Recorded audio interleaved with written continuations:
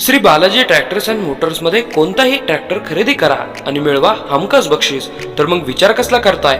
आजच आपला ट्रॅक्टर घरी आणा. आमचा पत्ता पुणे नाशिक हायवे, कुकडी कॉलनी, नारायणगाव, तालुका जुन्नर, जिल्हा पुणे. आपण आहोत आणे परिसरातलं हे जे खोकडमाळ आहे, या खोकडमाळची जी पहाट होती आजची, वरून पाऊस पडत होता, पहाट उतरली ती वेगळ्या घटनेने. इथं जे वृद्ध आईवडील आहेत, त्या वृद्ध आईवडिलांसाठी जो मुलगा होता, जो कुटुंबाचा प्रमुख होता, त्या मुलावर एका अज्ञात व्यक्तीने येऊन सपासपा वार करून त्याला ठार केलं.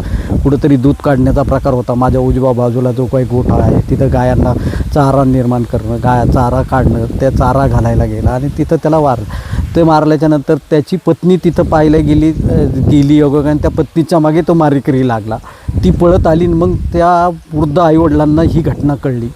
हे घटना कळल्याच्या नंतर ते जेव्हा पळत आले, तिथून पुढं तो इथं जे काय त्याच्या हातात जो काय हत्यार होतं सुरा, तो इथं फेकला घराच्या पुढे आणि तो पाठीमागे असणाऱ्या त्या टोमॅटोच्या बागाच्या तिथून तो पळत गेला. हा घटनाक्रम असा समजला. मात्र ह्या जुन्नर तालुक्यात ह्या ज्या काही घटना घडतात किंवा घडत आहेत, याला कुठंतरी पायबंद बसला पाहिजे.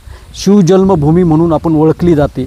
या शिवजन्मभूमीत ह्या घटना घडणं हे आपल्याला भूषणावर नाही, किंवा ह्या घटनांसाठी पायबंद घातला पाहिजेत.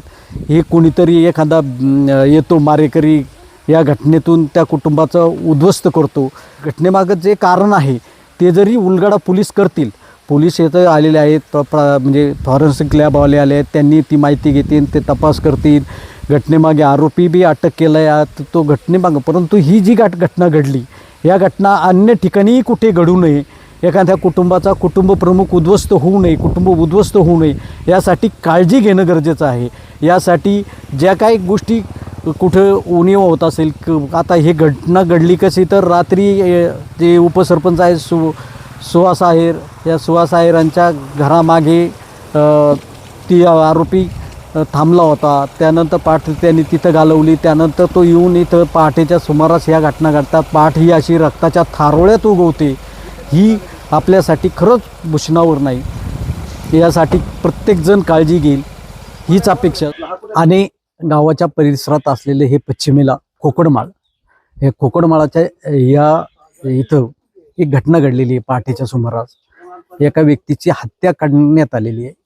अशी घटना कळलेली आहे. आपण इथं आलेलो आहोत. इथं पोलिसही आलेले आहेत, त्यांचं काम चालू आहे. फॉरेन्सिक लॅब आलेली आहे, त्यांचंही काम सुरू आहे. त्यांच्या पद्धतीने त्यांचं काम सुरू आहे. आता इथं काही ग्रामस्थ आहेत, त्यांच्याशी आपण संवाद करणार आहोत. नक्की काय घडलं, काय कोण वारले, काय सांगाल? मी गुळंचवाडी भाऊ वडके यांची मुलगी. तर आम्हाला आत्ताच कळालं 1-1.5-2 तासापूर्वी त्या ठिकाणी असं झाले. त्यामुळे इथं काय नक्की झाले हे माहित नाही अजून. नाही, पण कोण वारले, त्यांचं नाव काय? त्याचं नाव तुषार, काय आडनाव आहे? दाते, तुषार दाते.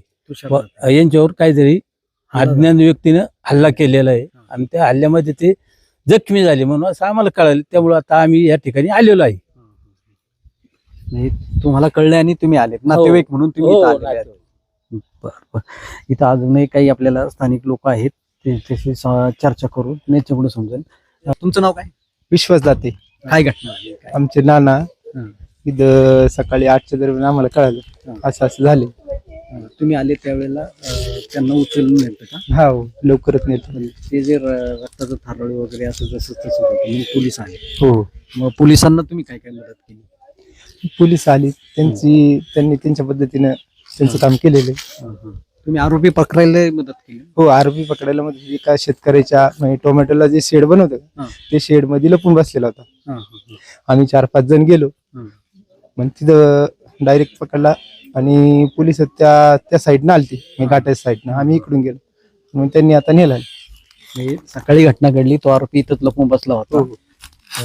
त्यांनी हे सगळं केलं. कशाने वार केलेले? आम्ही एवढं बघितलं नाही बरं का. आम्ही थोडं उशीर आल्यामुळं ते आधीच चाकू काही धारदार हत्यार अशी. Suresh Bhujbal, AB news network, आणे.